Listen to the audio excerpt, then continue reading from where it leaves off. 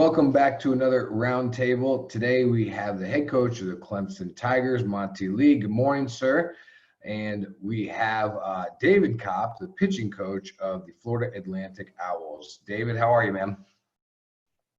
I'm doing well, Josh. Thank you. Thanks for having us on. I think what you've been doing has been great for college baseball to kind of bridge the gap in the platform for us coaches to speak and student athletes and parents to listen. So thanks for having me. I appreciate it.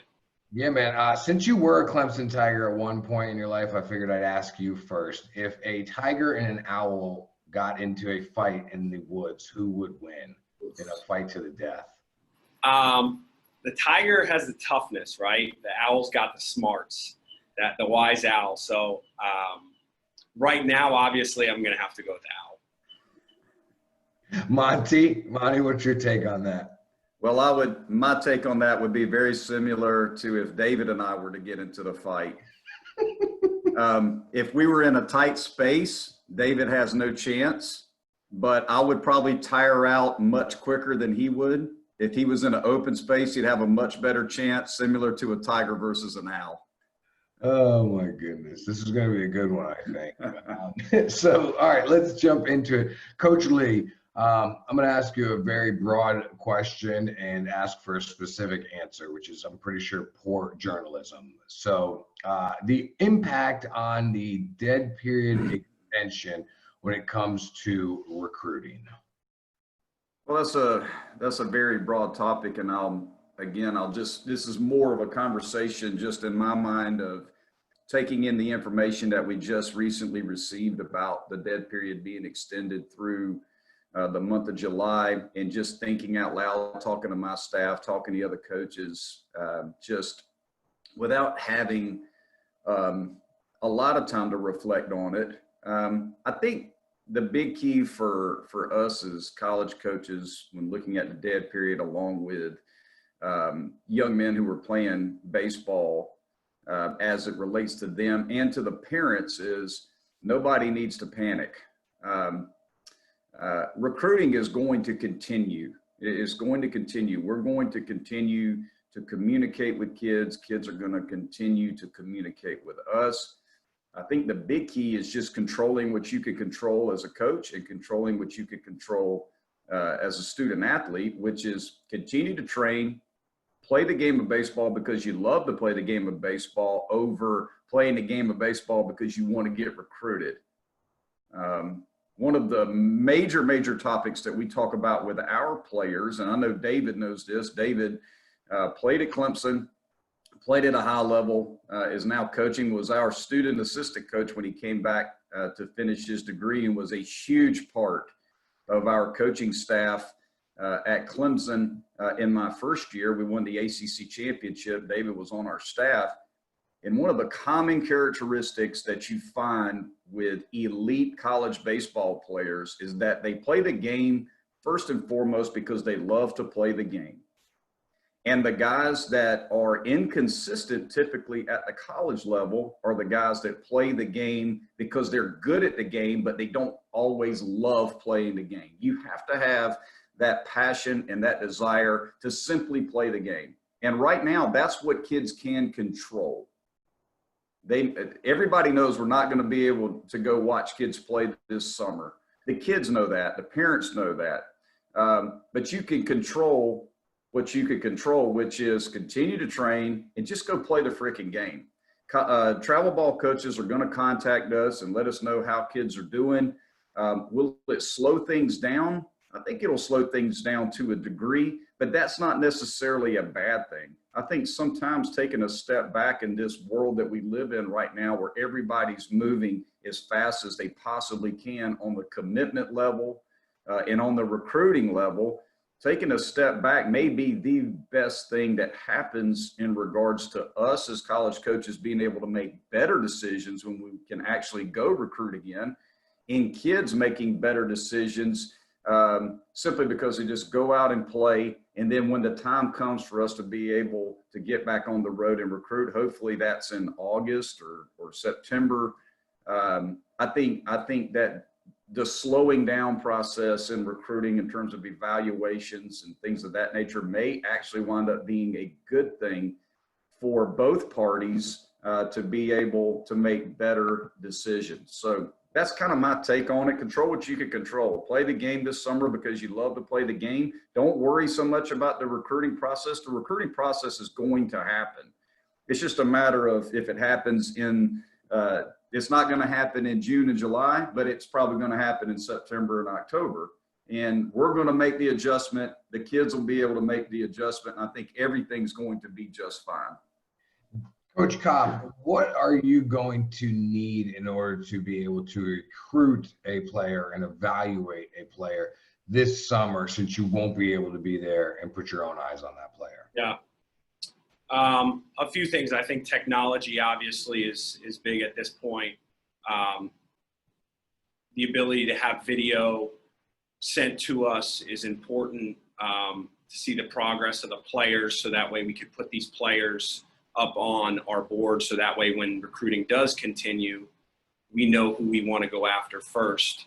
I would also say communication, the trustworthiness with the coaches and the travel ball coaches is necessary at this time too, because we're going to contact the coaches that we trust and say, hey, what are your list of 21 players, 22 players, and so forth. So that way when, like I said, when we do get on the road, we're able to hit the ground running. So I think those things, two things are extremely important. The technology we need at this, at this time, and coaches that we trust we need at this time.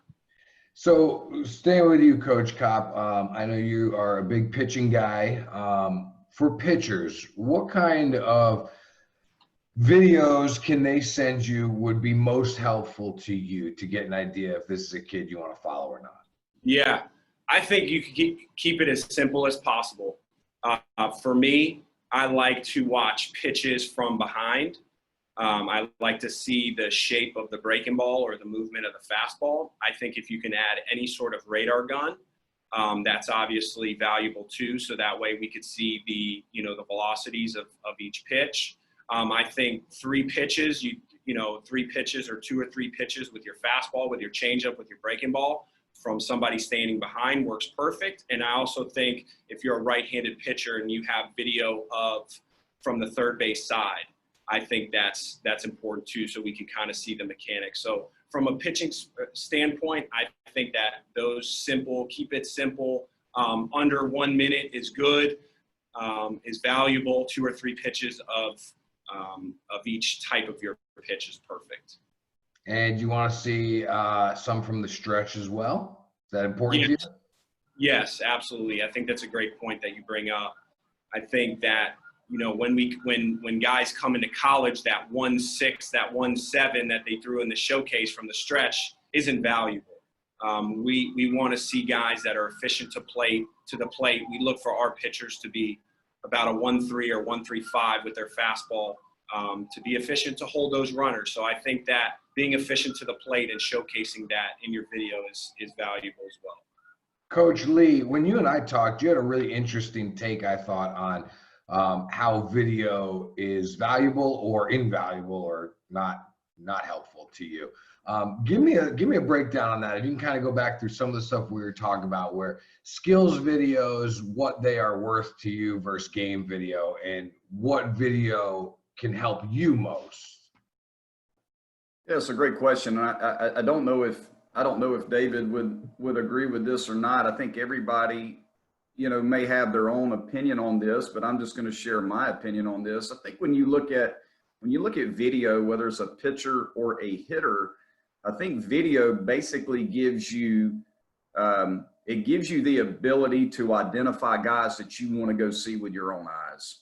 I don't think that you can take video and just say, we got to go sign this guy based on video, outside of what David already brought up. If you can tie in video with some data, if a kid's going to throw a bullpen, it's great to be able to see how his body moves from the front view and from the catcher's view. That's great. But you certainly want to see what's the velocity on the fastball, what's the velocity on the breaking ball. When you watch a hitter, it's great to be able to see the side view, the open view of the swing from the hitter. And you may see some characteristics and traits within that swing that tell you, when I get an opportunity to go out and watch baseball again, I'm going to go see this guy because I like the way his body moves. I like his swing. In my opinion, and this would be something where when it comes to video, when I cut on a Major League Baseball game every night and I'm watching the game from behind the pitcher, from the center field camera view, where you see the pitcher and the hitter in the same video a majority of the time on a Major League Baseball game, you can see stuff from there. That's the best view, in my opinion, to be able to watch the game, to see the stuff and the command of a pitcher. You can also see which guys can hit. And there's a big difference between the swing and a guy that can hit. I don't think you can tell if a guy can really hit by watching video of him hit in a cage. What you see is his swing. He's got bat speed. He's got a good bat path. His lower half works. His upper half works. The ball jumps off his bat. That's a nice swing. But can the guy hit?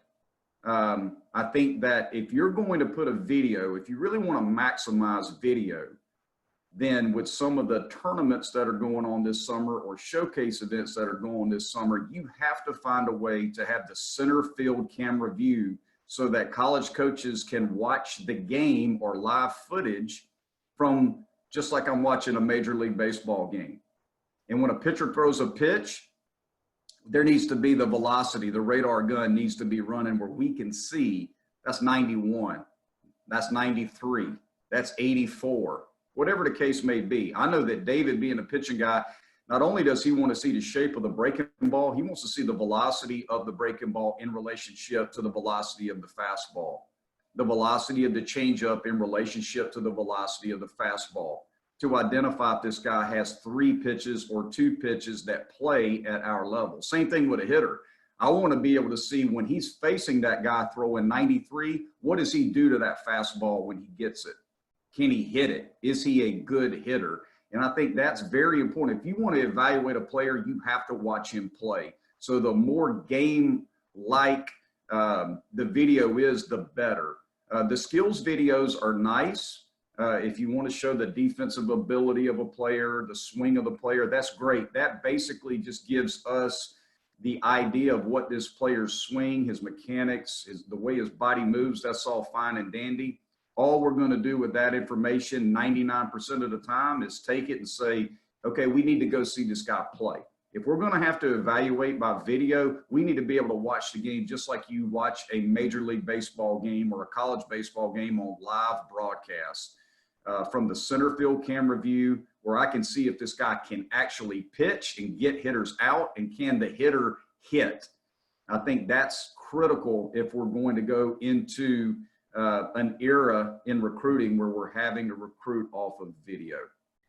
Coach Kopp, give you an opportunity to add on to that at all. You know, the game video, the center field view. I mean, that was an interesting take in talking to Monte yesterday that I just, you know, I had never thought of, but I don't have a reason, I guess, to think of that like you do. What's your take on that? The game video, kind of a center field view versus skills videos for your evaluation purposes. Yeah, I love listening to Monte talk because I learn something new every time. That was the greatest part of me actually having my first year under him is every time he talks, I learn something new. But no, I mean, I was talking about this with our head coach, Coach Mack, yesterday. I don't think we've ever signed a 4-year high school student based off just video. You know, you have to go watch that guy play. I like the center field view. I think it's great. I like watching the pitcher from behind. But the most important thing is we're identifying these kids based off the video to go watch them play. So we can go watch them play and see what the gameplay and the competitiveness looks like, right? To see whether that skills video adapts or adjusts to what the guy's doing in the game. So gameplay is going to supersede everything, in my opinion. Coach Lee obviously just stated that. So I could just say I agree 100%. We're going to go watch these kids play and compete. So let me ask you this, and Kopp, I'll let you go first on this, and Monte follow up. Being, you know, being a mid-major in the state of Florida, you're as good as baseball gets, right? Like this isn't football or basketball. Like every year you have a shot. And then being an ACC team, Monte, you guys are as good as it gets. So you guys have the option of being patient a little bit more if you want, right? You know that you get your pick of the litter a little bit more than other teams around the country might. So what I'm hearing is that a lot of these other teams who typically don't get their pick of the litter are going to go ahead and roll the dice on just video so that they can maybe get to a kid before you do because you're not willing to kind of change your principles on recruiting. Like, I'm going to see this kid play, right? Do you feel like you're going to be able to stick by those principles the whole time, or are you going to have your hand forced into, hey, man, people are going to just be going and rolling the dice off video, and that's the way that recruiting is going to work for this next year? David, your thoughts? Well, I think that's a great point. Just because we've never recruited a high school kid off video, we have recruited a junior college kid off video. But there's also a little bit of history there with you see the 2 years worth of stats and you see the video and you get some recommendations from some coaches. But I think budgetary purposes, like there's probably a lot of low budget programs that might not have any option to go travel and recruit and might have to do it off video. So yes, to your point, I do think that there are programs that are going to have to alter their model based off the situation that we're in, budget purposes. And also I think the first point is there's no reason to rush right now. We want to see whether, okay, are we able to recruit August 1st? And is there time for us to go out in the fall? I think we wait a little bit. And if it gets backed up, I think you probably see a little bit more of what you're talking about, more changes. Coach Lee, do you think there's any chance you might be forced into sacrificing some of those traditional recruiting methods that you've used? That's a good question. Again, I think you never say never, especially when you're dealing with what we're dealing with right now. I think we're in uncharted water when it comes to how we address recruiting during this time period. I would say that again, I don't see myself recruiting a kid, making a scholarship offer, or offering a kid an opportunity to come to Clemson based strictly off of video. Again, I don't think you can make sound decisions simply by watching video in baseball. It's not like football. Football guys watch video and make decisions on football players based strictly on video, because in football they're looking for skills. Baseball, you have to have a high level of skill, but you also have to be able to perform. There's a lot of guys that run incredibly fast that can't play defense or steal bases. And that's where David's talking about the instincts and the ability to play. There's a lot of guys that throw incredibly hard that can't pitch. There's guys that can impact a baseball and hit it 110 miles an hour with exit velocity, but can't hit in a game. So there's a lot of kids out there. Skills are incredibly important, and that's what video shows us. That's why it's called Skill Show by Perfect Game. It shows us the skills of the player. You still have to go evaluate that kid and see, can he actually play? So I think if you're going to make sound decisions, you have to know if a kid can play. There's a reason why Major League Baseball scouts bring a camera to the game.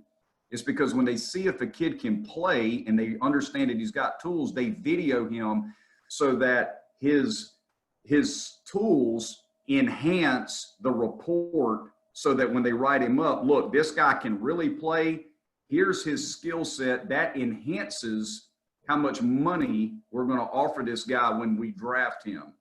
That's the difference between a first rounder and a third rounder, a fifth rounder. It's the skill level that we know this guy can play. You're not going to draft a kid in the top 5 rounds of a draft that can't play. And He's so got to be able to play. Sticking here with you, when we say you want to see the kid play and that's your principle, that doesn't necessarily, correct me if I'm wrong, that doesn't necessarily mean in person. There are ways of watching this kid play without being there in person, as long as they get you the appropriate footage that you need. So you are willing to recruit a kid based off of what you see on video on the field. Now, obviously, you're going to want to meet and talk to the kid in person and the family. But in terms of watching the talent on the field, you are able to watch that talent and evaluate that talent without necessarily being at that same field. Is that correct or no? Yeah, no, I think it's, again, I think that it would be different for sure, but I think we have to adjust like we always do. You know, the way that we coach, the way that we recruit now in 2020 is much different than when I first got into the game in 2001. Things change. We get smarter, we adapt, we grow. I think that for me, I think it would be critical if I'm going to recruit from video, we have to actually be watching the game. It has to be from a center field. Again, if you cut it down to its bare bones, like what is the bare bones that I need to be able to see through video to determine if this kid can play? I have to be able to watch that from the center field camera view where I can see the pitcher throw pitches in the strike zone. I can see what the velocity of his pitches are, what the command of his pitches are. I have to be able to see that hitter in the box swinging the bat versus live pitching. Can he impact the baseball? Does he make good strike zone decisions? What's his plate discipline look like? There's a reason why we value on-base percentage and slugging percentage, right? And the big league level, OPS, is a major stat. Can this guy do damage in the strike zone? You can't see that when you're videoing a kid hitting flips or hitting off of a tee from the side. That shows you his swing. Again, we have to be able to see video that tells us, can this guy hit? Can he impact the baseball? Does he have good strike zone discipline? Can he play the game? Can this guy get hitters out? We know he throws hard. He's got a good body. He's projectable. He can spin a breaking ball. He's got a good changeup. Does he get hitters out? You're going to be able to see that. I can cut a Major League Baseball game on. I can see if a guy can hit. I can see if a guy can pitch. I think that's going to be the critical aspect of this. If we're going to recruit by video, we have to be able to watch the game. You know, otherwise we are looking at their skills. We're certainly going to take note of those skills and then go see this kid with our own eyes. So I think if we're going to make an adjustment during this time period in recruiting based on video, we got to watch these kids play. That's how I feel about it. Josh, Go ahead, David. Good. Just to piggyback off that, there's players, there's parents that ask me, hey, Coach Kopp, what do you look for when you go to a high school game, a junior college game, and a pitcher? And I tell them usually it's three things. I usually look at the plate, right? I'm usually look at what the stuff is doing. I usually look at the radar gun, like what is the breaking ball? What's the shape of the breaking ball? What's the changeup doing? Then I look out on the mound, right? I look at the body. I look at the projectability. I look at the mechanics. I look at, okay, are there things in those mechanics I like, need to change, are not good, or is he going to have this problem forever? Does he remind me of somebody that I coached already that was good or had issues? And the last thing is that the X factor is the intangibles, right? The intangibles. You have to look at the plate, look at the mound, and the intangibles, right? The intangibles are, how does this guy deal with when the umpire makes a bad call? Does this guy walk around the mound with confidence? What do his warm-ups look like, right? I think that's extremely important. I love to go watch kids and watch their warm-up. I want to see whether they take it seriously, whether they're joking around, whether they have a sense of focus or a sense of urgency when they're warming up. I think all these things, these intangible things that Coach is talking about, is those instinctual, is he baseball-ish? Is he baseball-ish? Can the skills translate with the type of athlete and that he is when he plays in a game? And the competition, I think that's what we're all looking for. We want kids that can compete. And when you watch enough baseball games and you go and you watch a kid compete, you're like, wow, that guy's a competitor. He's marching around on the mound. He looks like Max Scherzer. You could tell the difference. So I think that's the part that's missing from the video. So let me ask you this, David. You had mentioned, these 1-minute videos are good enough to get you that baseline look at what you want to see, right? Let's say, though, okay, that looks good. Now I want to see more. Do you think it's going to make sense to now start to ask this kid to almost send you, hey, I want you to film every second you're on the hill and don't edit it and send it to me so that you can watch the way he moves and his presence and the good pitches and the bad pitches and feel like you're there, or that's not going to necessarily make a huge difference? No, I just think I need it for progress. I do the same thing with our incoming guys. I ask them to send me, progress video just to see what the steps look like, just to see if they're getting better, if they're, let's just say, for example, mechanically, if they're working on their back leg. Are they working on things? Are they getting better? Do they look stronger? If I haven't seen them in 6 months, do they look like they put on weight? If there's a velocity gun, did their velocity jump from 86 to 90? So progress videos are awesome. I think that's one important thing for those 2021s right now that may be stuck, in this class, is just continue to keep progressing, keep taking videos, keep staying in contact with the coaches so you could see their progress. The game footage we'll figure out when we come watch, the competitiveness, all that stuff, we'll figure out when we come see you. Yeah, I think the progress footage is great. I talked about that a lot, where kids should film little videos of just being in the gym when they're younger, and when they get to this point, send it to you and show you what they look like as a freshman, what they look like as a sophomore, so that you can kind of see that progression. Monte, your take, would you like to see, let's say we can't get a center field view, right? And we can't watch an entire game, but there is one kid that is sending you a lot of video. Do you want to see that kid's entire at bat, even if that's a 7-minute at bat, and see how he's handling himself between pitches? Tell you what I find pretty valuable when I'm looking at a swing. If I can't actually watch the game from the center field view, which I think, again, just to be able to watch and see if this kid can play, I think is a big deal. But if there's things that I would strongly encourage anybody who is, and I don't know if Copper's ever done this or not, but I've done this with our own guys at Clemson. This is just to give families out there some perspective on things. If you go and you watch video of your current players, okay, my current players at Clemson who have been to showcase events where you have the front view, the chest view of a guy hitting, okay? Watch him in his rising senior year, watch him in his rising junior year, and if they have film of him online of his rising sophomore year, watch the progression of the swing or the delivery throughout that course of time. It is amazing the changes that you will see, okay?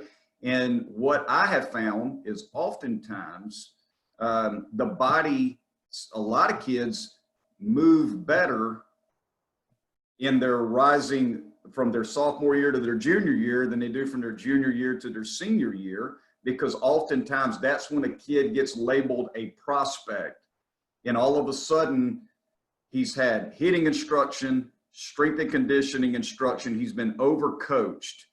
You don't see those kids getting overcoached quite as much their first year to 2 years of high school. They play strictly off of their own God-given talent and ability, and their bodies move much, much more freely, okay? And as they start to identify themselves as a prospect, they start to train more in the weight room, and all of a sudden they get a lot of one-on-one instruction. So you see, especially on the hitting side, you see swings change, okay? And not always for the better. Okay, so one of the things that I look for is I will watch videos of hitters throughout their course of high school. And when I get them, I'll say, okay, look at how your body moved at this point in time, and look how your body moves at this point in time.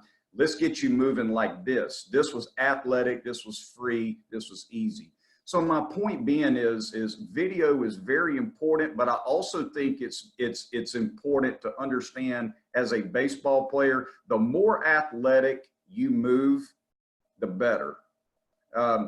You don't need to be overcoached when it comes to the swing, okay? And I'm much more of a hitting guy than I am a pitching guy.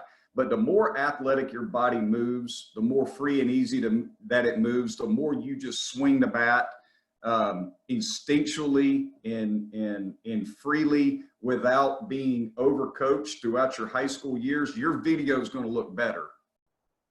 So I think I think it's really important once you identify yourself or somebody identifies you as a potential prospect, I think at that point in time, you need to be very, very careful about who works with you and what you do. Keep it simple. Keep it super, super simple. So I'm going to ask both of you this question. I'll stay here with you, Monte, since we're on you right now. There's going to be a lot of be proactive, be creative to get recruited, reach out to coaches, communicate. And I know that we all follow each other on Twitter, and we were kind of getting a kick out of some of the stuff the other night that people were submitting, but there are obviously real concerns. And like, I think what we're doing and really what you guys are doing is so helpful to just the culture and the community, right? Because that's what we need. We need to bridge that gap. We need to have everybody communicating better and have access to you guys, because they don't need guys like me telling them how to get recruited. They need you to tell them how to get recruited. So one of the big things that came up the other day was I emailed Coach Lee, I emailed Coach LaCroix, I emailed the whole staff at Clemson, and I never get an email response. That upsets me more than anything as a parent.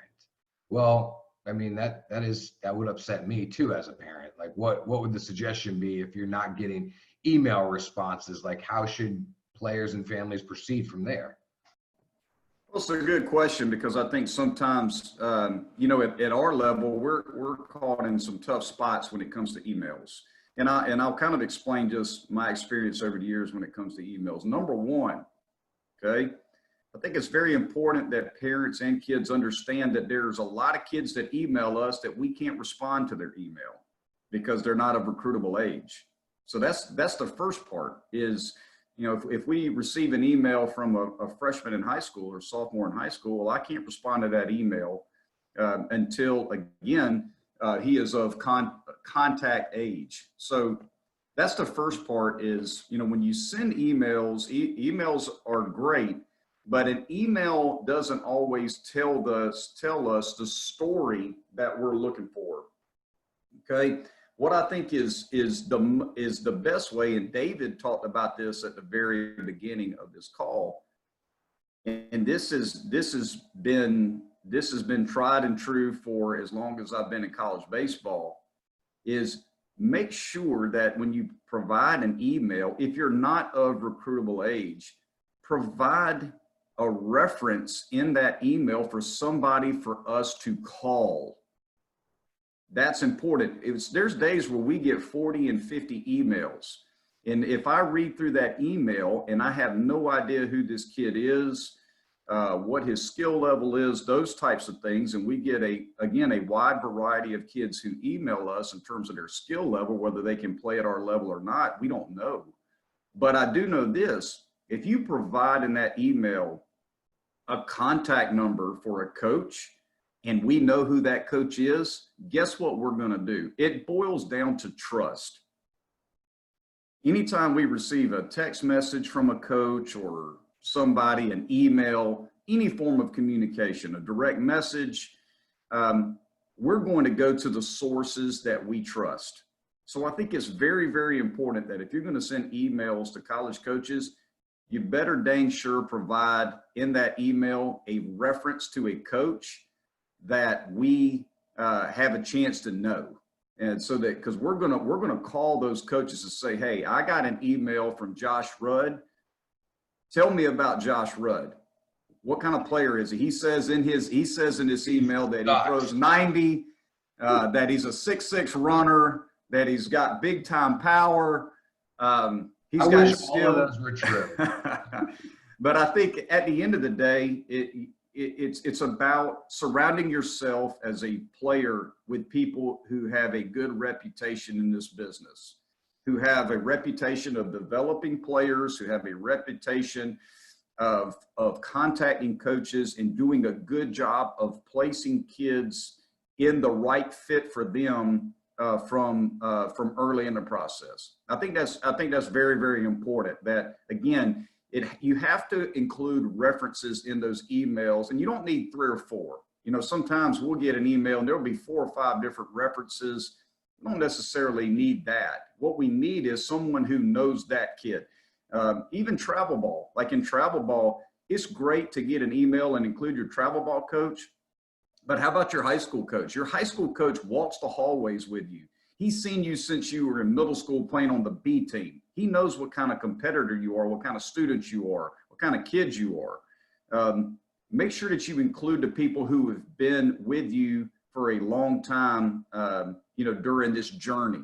So I think that's what it's going to boil down to. Emails are great, but that email needs to have a very strong, reputable reference in it that we can contact.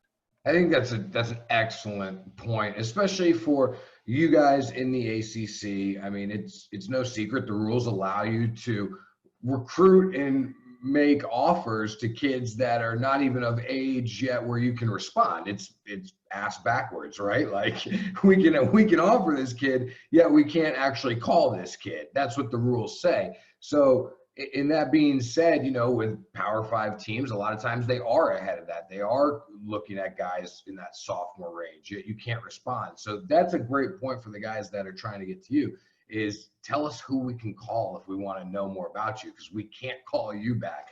David, same question to you, along the lines of, look, you guys can't possibly answer every email you get, because I know you get a lot, but what needs to be in that email for you to answer it?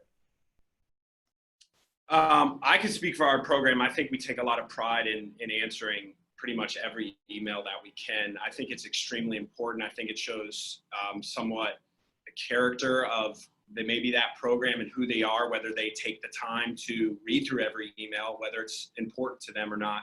I think it's important, number one, to make sure you say, "Dear Coach Kopp, dear Coach Lee." I think that, I know for us, we may not answer the emails that aren't addressed to anybody, because we think that they're going out to 300 plus other colleges and we're just a mass email. So address it to the coach. Make sure that the coach's name is spelled correctly and/or coaches. I understand some people say Coach Kopp, C-O-P instead of K-O-P-P. I get it. At least there's some effort in there. I would also say make sure you get the school correctly. Make sure you get the school correctly. Make sure you don't say Coach Kopp from FIU, UCF. I want to be a part of your program.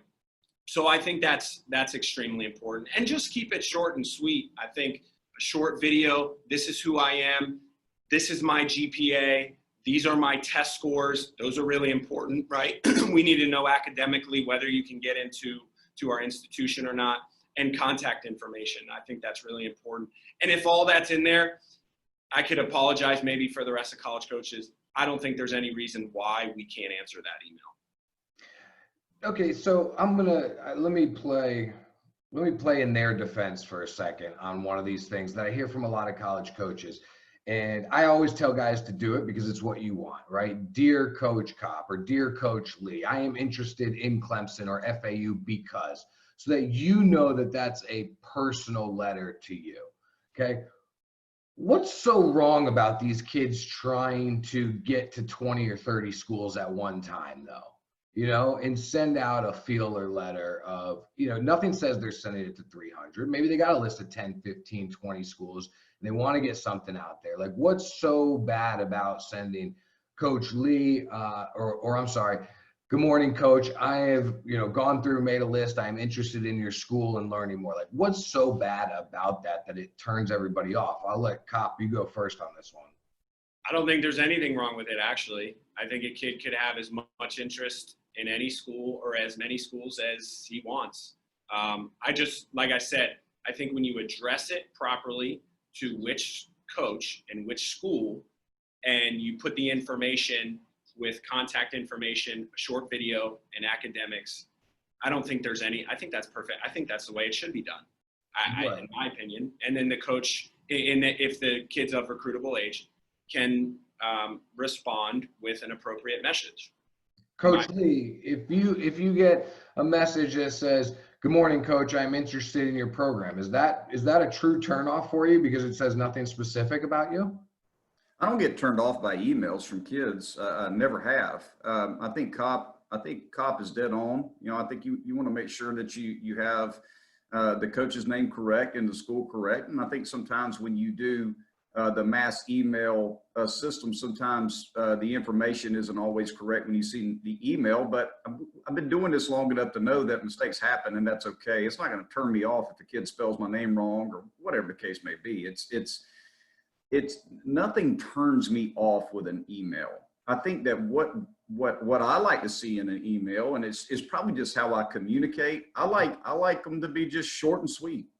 Just give me a very simple caption of who you are as a young man, what your interest level is in our program, what you're looking for in the email. It doesn't need to be a 5-paragraph email. Just get to the point. I think that's important just for me from an information standpoint. I just get to the point. You know, if you have interest in our school, this is my position. This is where I'm from. This is my travel ball coach or high school coach's number. If you want to contact him and ask him about me, here's a quick video of my skills. Thank you. That's it. I just think that the more precise the information is in the email, the more simple the email is, the better. You know, sometimes we get an email and it'll have like press clippings. It'll have, you know, like 4 or 5 different stories about the kid. It'll be this huge package and portfolio. You know, when I get those, I said, you know, this is really impressive that this young man and his family went to these links to send me this information. I need to respond to this because I appreciate how hard they've worked to put this together. However, I don't think you oftentimes have to go to those measures to send that message, if that makes sense. Again, I think just get to the point in terms of what you want to share with us as a college baseball coach, and make sure that you include a reference of a coach that we can contact once we read that email. One of the other things that go ahead, David. No, I was going to say, and if the first email doesn't work, try again, right? Like we have coach mentioned 50, 60 emails to go through a day. Like there's a few that may slip through the cracks. Just try again next week, the following week, to see if you can get an answer from us. So Coach Lee, one of the other things that showed up on Twitter, and David, I'm coming to you on this one as well, was, okay, one of the things as a parent, as a player that has been really tough for me to deal with is that I'm talking to Coach Lee. He's been responding to my emails. We've maybe texted or had a few phone calls. He seemed interested, and now I haven't heard from him in a month. And I saw they signed somebody else. You know, why didn't he tell me? Now, again, I know you can't speak for any program, but that was one of the big things that parents said is frustrating about the process. Can you comment on that at all? I'll go first, Coach. I would say we should contact the player. It doesn't always happen in every program, just as players should contact us when they commit to a program so we don't find out on Twitter. I've spoke with you at length about this, about a young man coming to a coach who's recruited him for a few weeks or months. Oh, you're going to give yourself up, Kopp? You sure you want to give yourself up right now and put your name on it? And tell him. An anonymous coach's tip. Yeah, I didn't write it in, but we spoke about it because I think it is important. I think it shows a man, and even willing to come in and do something uncomfortable I know I had to do this in my recruiting process. With the coaches that I chose not to go to school, I called them out of respect because they were recruiting me and say, hey, some of them might be still mad at me to this day. I just think it's very important that it's a communication both ways, right? We need to do a better job on our end communicating with them. Hey, we ended up going in another direction, or we communicate that with the travel ball coach. If the kid is too young, hey, we decided to go in another direction. And vice versa, the kid needs to communicate with us, even if it's a tough phone call, even if it's a phone call with the coach and he's not going to like them. We are going to remember that. We are going to remember that in a few years, in 4 years, in 5 years, when our baseball operations job is open or our volunteers job is open and you're coming for that position. And we remember, hey, you never even called us back. You never even said thank you or anything like that. We're going to remember that. Okay, so I think it's a two-way street, but we could do a better job on our end also as coaches of communicating. I'm probably at fault at it too, but we're not perfect either. I think we just need to do our best to communicate both ways. When's a text acceptable? Because I know nowadays that's the easy way out, right? Coach Kopp is, I don't want to call him. I'm going to text him and tell him I committed somewhere else. When's that acceptable? Ever? No, I'm going to say you got to call. You got to. It's a tough conversation, but it's going to help you grow to do things that may be a little bit tougher than to, like you said, maybe take the easy way out or throw it under the rug and shoot a text. Especially if that coach has invested so much time and that program's invested money in bringing you on campus for a visit. So I think it's important. I think you got to call. That's just my opinion. I believe that wholeheartedly. Coach Lee, going back to the original question there, the concern of the Twitter baseball parent player world was, I'm talking to Coach Lee, everything seems to be going well, and then all of a sudden silence, we're ghosted. How do we explain that to parents, or how do we handle that? Well, I think it's just like David said. I think it's a two-way street. I think college coaches certainly need to do a better job. If we're recruiting, say we're recruiting a specific position in a certain class and we're recruiting, 4 or 5 different kids at that position, and we wind up getting a commitment and that's the only player we're going to take in that position for that class, I think we need to do a better job of communicating with the other kids that we were recruiting during that time period that, hey, we've gotten a commitment in your class, in your position, and we're not going to sign another player in that position. Good luck to you moving forward. College coaches certainly need to do a better job of communicating that information to the kid. I think parents have to understand too, we're human too now. We're people too. Do you know what that call is like for a college baseball coach? That's not an easy call for us to make. We feel bad for the kid too. We may really like that player. That kid may just not be ready to make a decision at that point in time, and the other kid did. So, sometimes it's just a tough call to make for the college coach too. We're human too. But another thing too that I would like to add, we're all learning how to do this better as we get older. Nobody's perfect when it comes to recruiting. Nobody's perfect when it comes to giving you information as a parent how to go through the recruiting process either. There is no perfect way to go through it. One of the things that I value anytime we have a kid call us and tell us that he's going to go to another school, I always congratulate that kid and wish him well, because I've been told no a lot more than I've been told yes. But I always like to ask the young man, what was it in the recruiting process on our end that we can do a better job of in the future? And I think it's very important that parents and kids understand that if you decide to go in a different direction, if you have a handful of schools that are recruiting you, and once you make those phone calls, and I agree with David, you have to call those coaches and let them know. Shooting them a text, or if I look up on Twitter and a kid that we're recruiting is committed to another school, it happens so frequently now that it doesn't bother me probably as much as it used to, because it's more of the norm than I think it should be, but we kind of just get used to the way things are. But I think you should call every coach that's recruiting you, and it doesn't matter what level school it is. And it doesn't matter what level of interest it is. You should call every school and say, hey, you know what? Thank you so much for recruiting me, showing me some attention, talking to me. I've decided to go in another direction. But I like to ask the question too with kids, hey, you've decided to go to Florida Atlantic. I just want to know what we could have done a better job of at Clemson when it came to your recruiting. I think it's valuable to give coaches feedback. We're not going to get better if we don't get feedback either. I think parents have to understand too, I'm the head coach at Clemson University. A lot of times I'm on an island. As a head coach, it's much different being a head coach than it is being an assistant coach. As a head coach, oftentimes parents, for some reason, seem to be intimidated by us.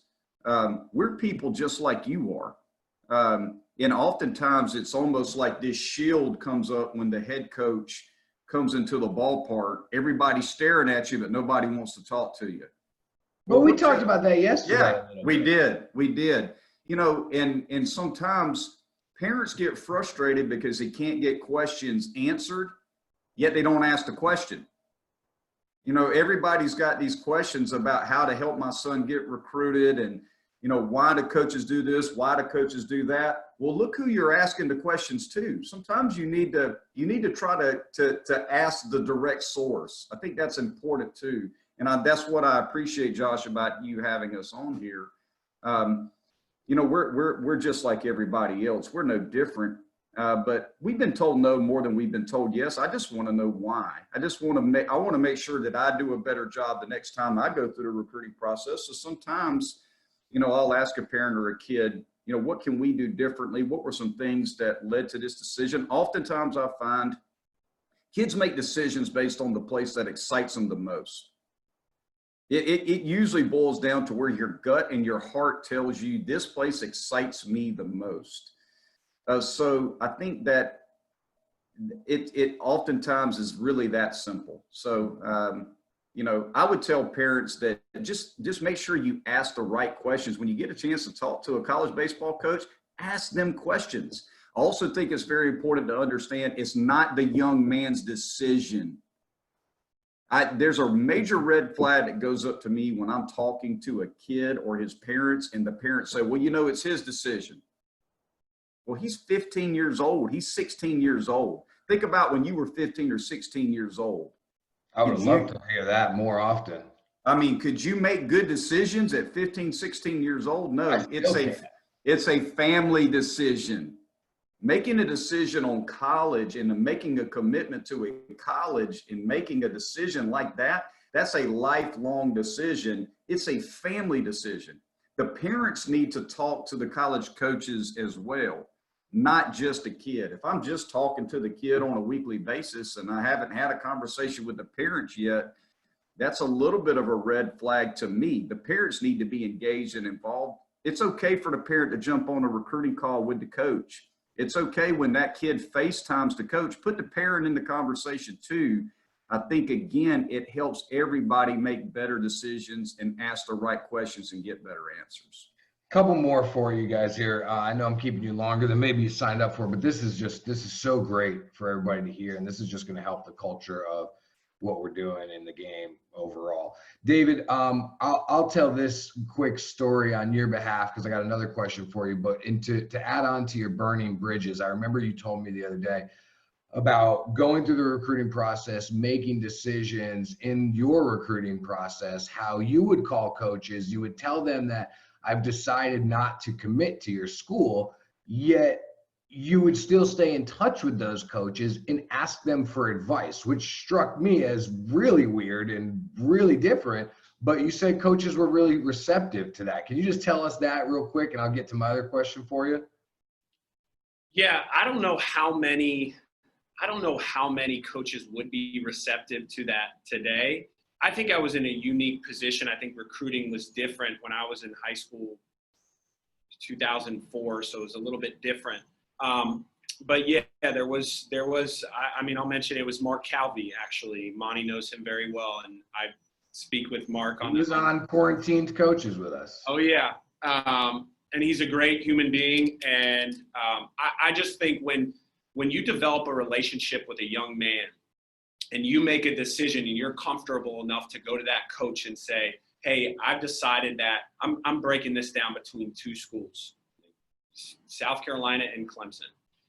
I know you coached at Clemson. Can you tell me a little bit about those coaches up there, right? I saw you played there. Do you know anything about these coaches? Because you want to receive as a player, or you should receive as much information about that coaching staff or that place as possible, right? Because you're making an important decision. So I think if you engage in that conversation, you would be surprised about how many coaches might be able to give you insight and give you valuable information like I was given by people that I asked when I made my decision to go to college. That actually helped me. That actually they had insight. Like, you know these coaches. Can you tell me a little bit about them? I think you would be surprised about how many coaches might be open to sharing some information. Coach Kopp, I'm a parent, I'm a player. I hate it when you get on the phone with me and you ask me who else is recruiting me and who else is talking to me. Why does that matter to you? Yeah, great question.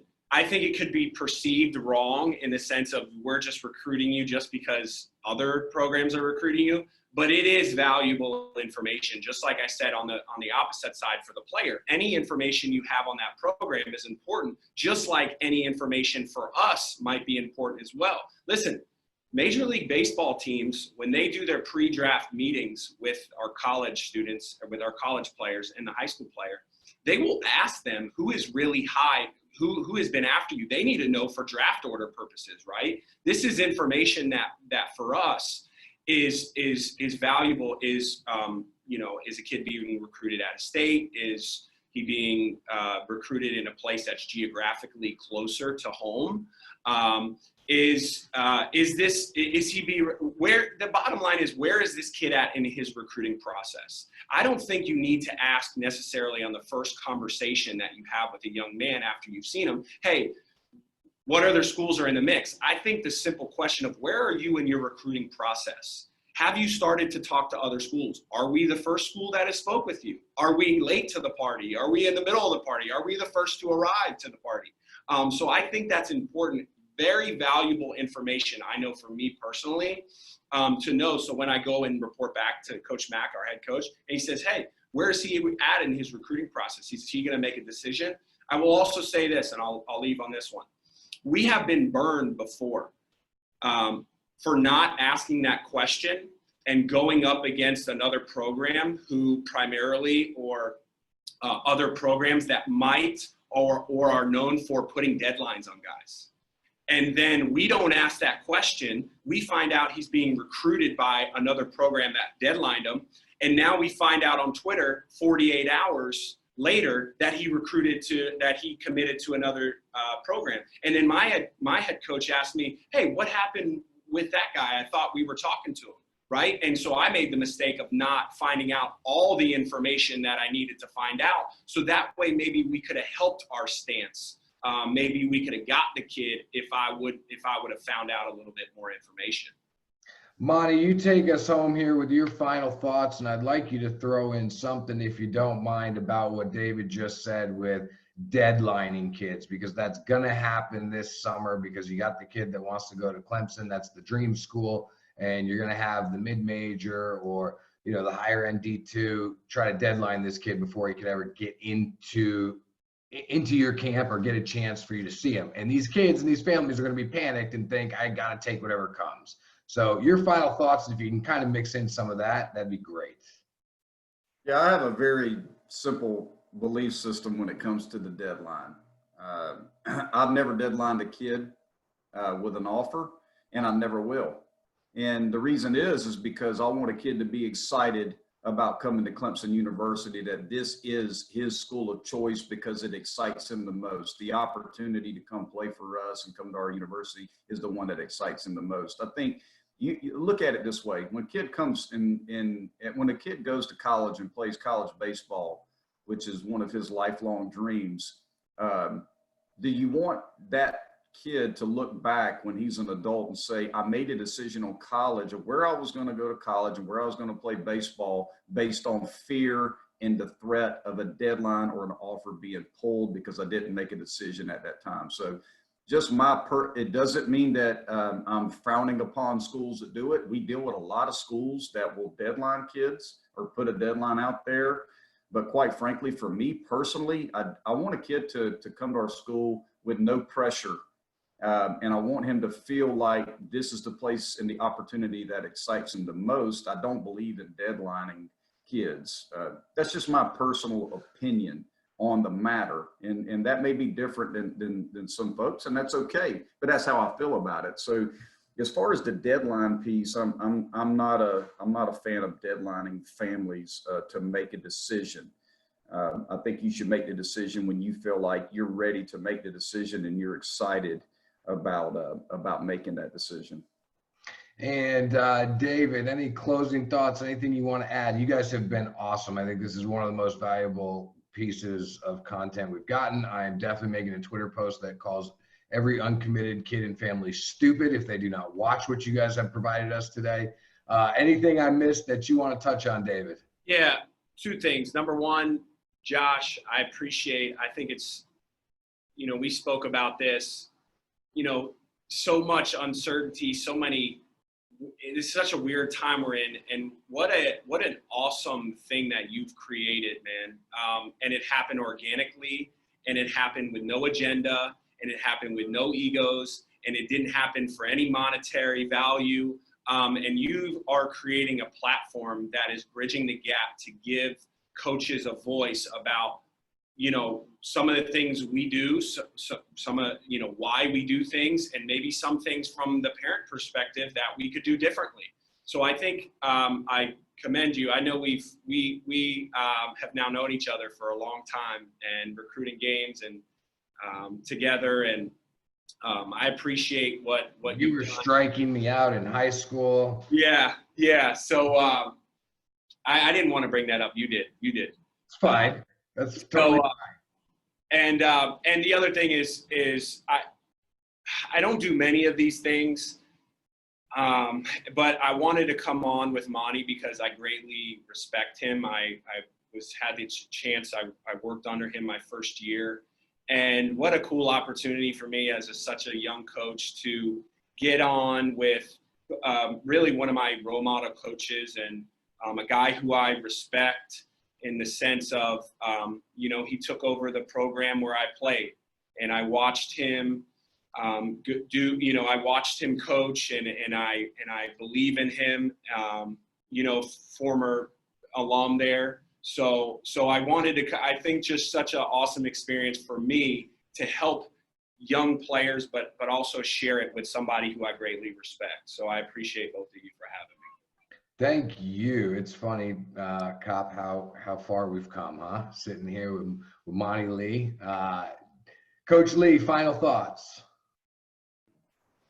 Well, I really appreciate you having me on, Josh, and the platform again, just to kind of echo what David said, and also want to make sure, that everybody gets a chance to watch this. One of the things that I believe in that's very, very important for families to know, and I tell every kid this: pick the right man to go play for.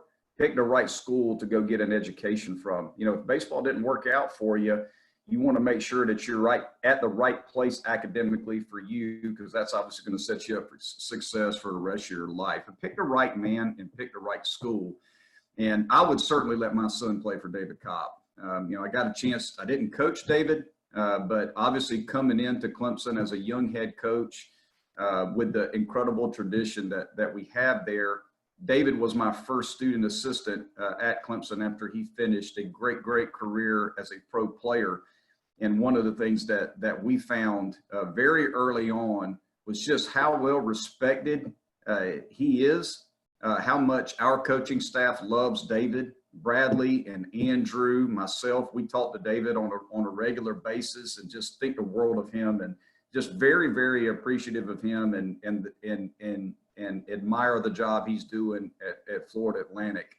So it was great to be on this call, but just the more communication you have, the more of a relationship you can develop with college coaches, the better decisions you're going to make. And I think that it's very important that you pick the right man to go play for, wherever that may be, and pick the university where you're excited about getting an education at that school. Again, Josh, thanks for having me on. And, I hope that there's something in here that can be beneficial to parents and people in the business out there. Oh, no doubt. Thank you, guys, and we'll do it again soon.